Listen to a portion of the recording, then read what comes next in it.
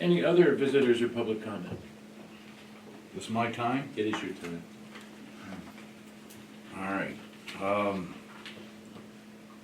For the last just 6 months now, my cell services with Verizon is trash, it's junk. You know where my business is, I can't use my cell phone there. The towers, I'm not a mile away as a crow flies. It is bad. My family has property in Thurston Hollow. Once in a while, I can get a text to go. God forbid there be an emergency because we got rid of our landline a decade ago. I don't know if you commissioners have seen this problem or have heard this problem. I'm having a terrible problem.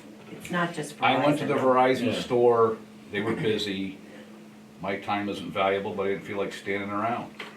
But can you approach that company and say, what gives?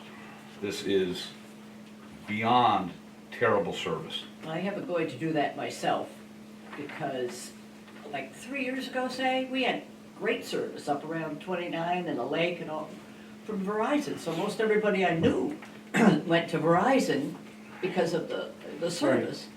And now, Can't make a I call. mean, like I got a message this morning, a text this morning at, I don't know, 8 something, that was stored last night at 11:15. I mean, I guess somehow where was it stored? The Right, message right. until it Oh. came through this morning. But I It's can't the get, I same can't with talk. Sprint.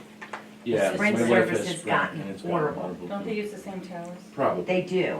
yeah. When I called, they had told me that the tower up in Forkston got hit several months ago and they were working on repairs. Because now all of a sudden our phones are roaming or the text messages kicks back as failed to send. Yeah. Lori, do we have a But- contact for Verizon that we can at least start there? Jeff He's will- under a sales All rep, right, you don't all have right. contact there. All right, all right. But yeah, it's terrible. Yeah, I think a formal letter from you people Commissioners? has a heck of a lot more power than me. We'll be glad to I do it. appreciate Well, that. unfortunately, I doubt if it will, but we'll try. Well, we'll try, absolutely, it We'll can't try. hurt. I notice also that the phone service goes down every weekend for Frontier. Every single weekend, there's at least hundreds of customers without power, or without service, and that's a landline, so I don't know what, if it's Well, any I don't know better. if- I don't know Yeah. if the two are, Together or on the Not- same line, on the same towers or whatever, but almost every weekend we get, an email from 911 saying, And you're right, a lot of younger people especially only have their cells, they don't I have only have a landlines cell phone anymore. now. And if they have an accident on anything, you can't get through. That's a great point, and we definitely will write a letter, and we'll definitely share that with everybody. All right, we're gonna, I'll stay right with the agenda now. Ratify the risk pool ordinance? Adapt, good adopt. Okay, I was just reading it from here. Yeah, that sounds Make a better. What motion, did- we adopt. The title of the ordinance is to ratify, Okay, got you. so that's. So we're gonna adapt to ratify the risk pool ordinance. The motion's been made, Second the motion. and the motion's been seconded, all in favor signify by aye. Aye. Any comments, any talk? The next thing is to ratify the vote on the Indigo Tower lease. That is a lease that we did for years with a company named Indigo, and we've decided not to renew that lease. I make a motion to ratify the vote not to renew the lease with Indigo. Second the motion. So ratify, the motion's been made and seconded, any discussion? Could you explain exactly what that is? Sure. Indigo was a company that leased part of our towers. And they've been very difficult to work with and very difficult to get paid from. And Okay. we've decided not to renew their lease. What's the alternative? Well, we don't have an alternative, they have equipment on our towers. Oh, okay, so you're not It's not allowing our- them no. to use the tower? There are towers, it's their equipment, we have nothing, What kind of equipment do they have on it? What were they using? it for? It's a cell towers. cell towers, Indigo cell. It's like a backup system that they put in years ago. And there's more customers out there looking to use our towers, maybe ones that are more, Who might be better customers. more, yeah, friendly to the owners of the So towers. do you think they'll work to get their stuff off? Well, we've We've had that hard time getting their money. We've sent them a special letter that said they only have certain time period to take their stuff off, and we need to be there when they take it off, so they don't mess So they up only any take of that theirs. kind of stuff. Okay. And they only take their stuff, so, Yeah. so hopefully that'll go smoothly. It's yet to be seen, but hopefully it'll go smoothly. Well, finally, Kane, you've been here a long time.